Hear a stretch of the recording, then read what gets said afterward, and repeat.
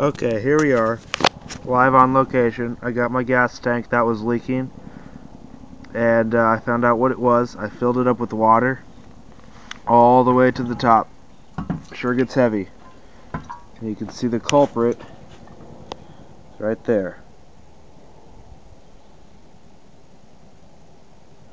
It's kind of a little drop every once in a while. If I put some more, let me pick it up.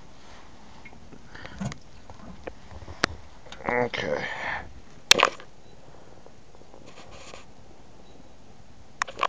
You see that? You can see it, it's dripping right there. That's exactly what it was doing on the bike. So here's what happened.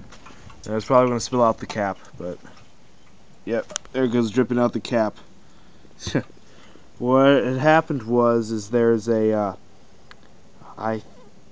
it's the rear brake cable that goes on top of the top tube of the bike, and then there's like 3 across the whole tube are these little metal rings that you feed it through to keep it in place. Well, I had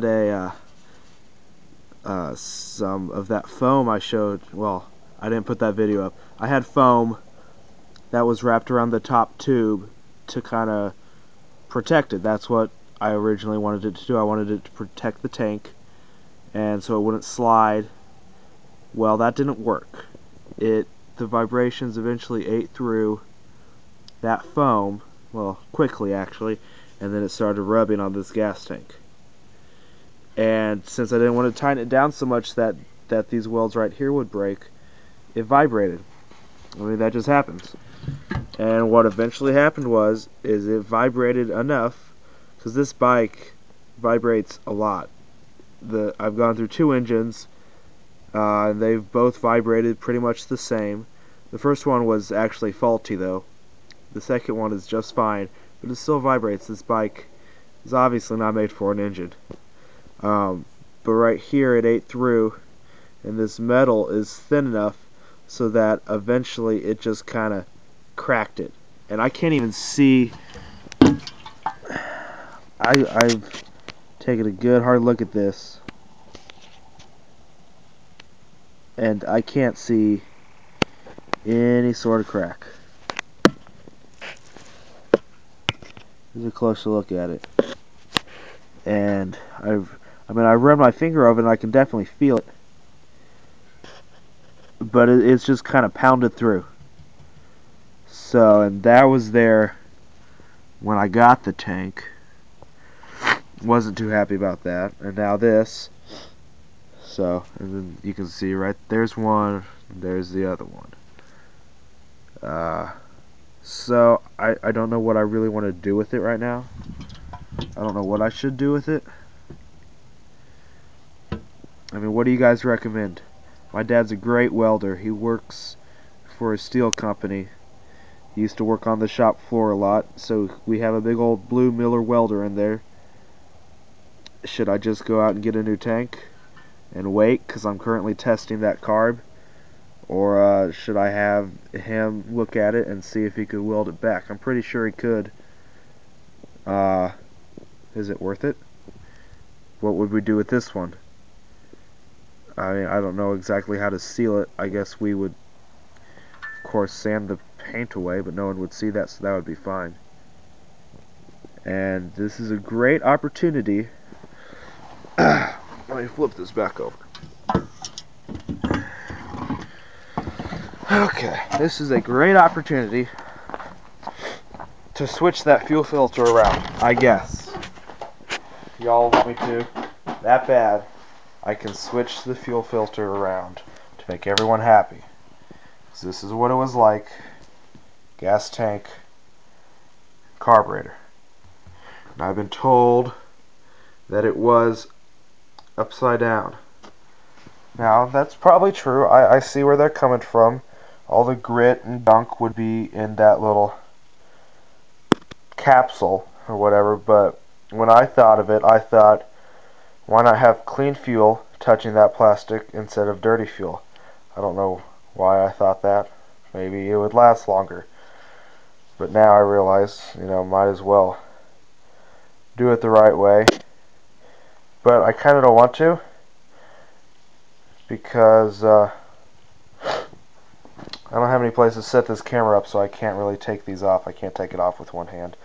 But because I'm afraid all the stuff will go through. Now I could feed water through it, I guess. But you can see that this is just nasty gas line. This is the stock gas line, and it's stuck that way. I had it wrapped around. I don't know if I showed you guys this before, but I bend it, and it bends right back. It's hard. Shouldn't sound like that.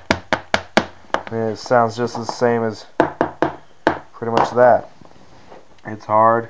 And then now this is interesting, where it's stretched out over whatever it was stretched out on, it's just fine. It's soft. It's stretched out, but it's soft. But if it's not being stretched out over anything, it hardens. It's terrible, right up. So I'm glad I got to replace this. It's nasty inside. I had all these zip ties because it was so loose and it lost its spring, I guess. I'll take this off. Look at that. See where it's normal? That looks normal. And then it just shrinks because the weather got to it, unfortunately. But new gas line. I think my dad's getting the new gas line today. So this is no more. Thank goodness. I have old gas line too. It doesn't last that long at all. So here are my little carbs all lined up. All nice and pretty, kind of. Nothing has changed except it's minus a gas tank. And here are the little things I was talking about. There's the brake that goes to the rear, and then it just vibrated on these two little things until it got fed up and it broke. So I'm a sitting duck right now until I get that fixed. And I'm getting a new jet. Don't worry, I'll update the thread on motorbicycling.com of that carb. I'm getting a new custom jet from Dwayne. He had his own jet re-drilled himself, and he's sending that one to me because the thread size is the same, I heard, but the thread pitch is not the same for the jets. Since this is a Del Orto pretty much copy. It's an exact copy of the Del Orto, but the jets are different. So it's not 100%. It's 99.9. And here's all my stuff organized.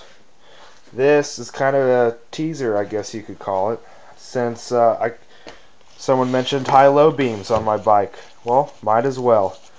As long as I can find the headlight. This has, let's see, probably 1, 2, 4 or 5 D-size batteries, and then this coil, and then it plugs into a Schwinn, older Schwinn. I got it used. Well, here's the thing. I bought it used at a swap and shop, but it was brand new. Because you could tell someone had opened it, I believe, but there's nothing missing, and everything was there, and it just looked like it had never once been used. And it's a quick release. It just clamps onto the bar right about here, and then you can clip it off and clip it back on. And I just need to find that, and I don't know if this 5 LED will be the high, or if that halogen will be the high, and of course which one will be the low, because this kind of has like a wide spread, but that other one is just a straight beam. So I don't know yet. I don't even know where I'd mount it. I have so much junk on my bike right now. But that's it for this video. Actually, I'm going to get a new wire too. See how that happens? Oh, that's fun.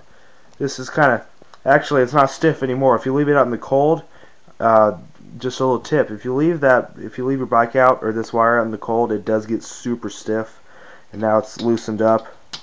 But I'm thinking about getting a new wire. So that's all for now. I'm going to go take the water out of that gas tank, and my dad will wash some more, and then we might weld it back. Updates coming. Bye.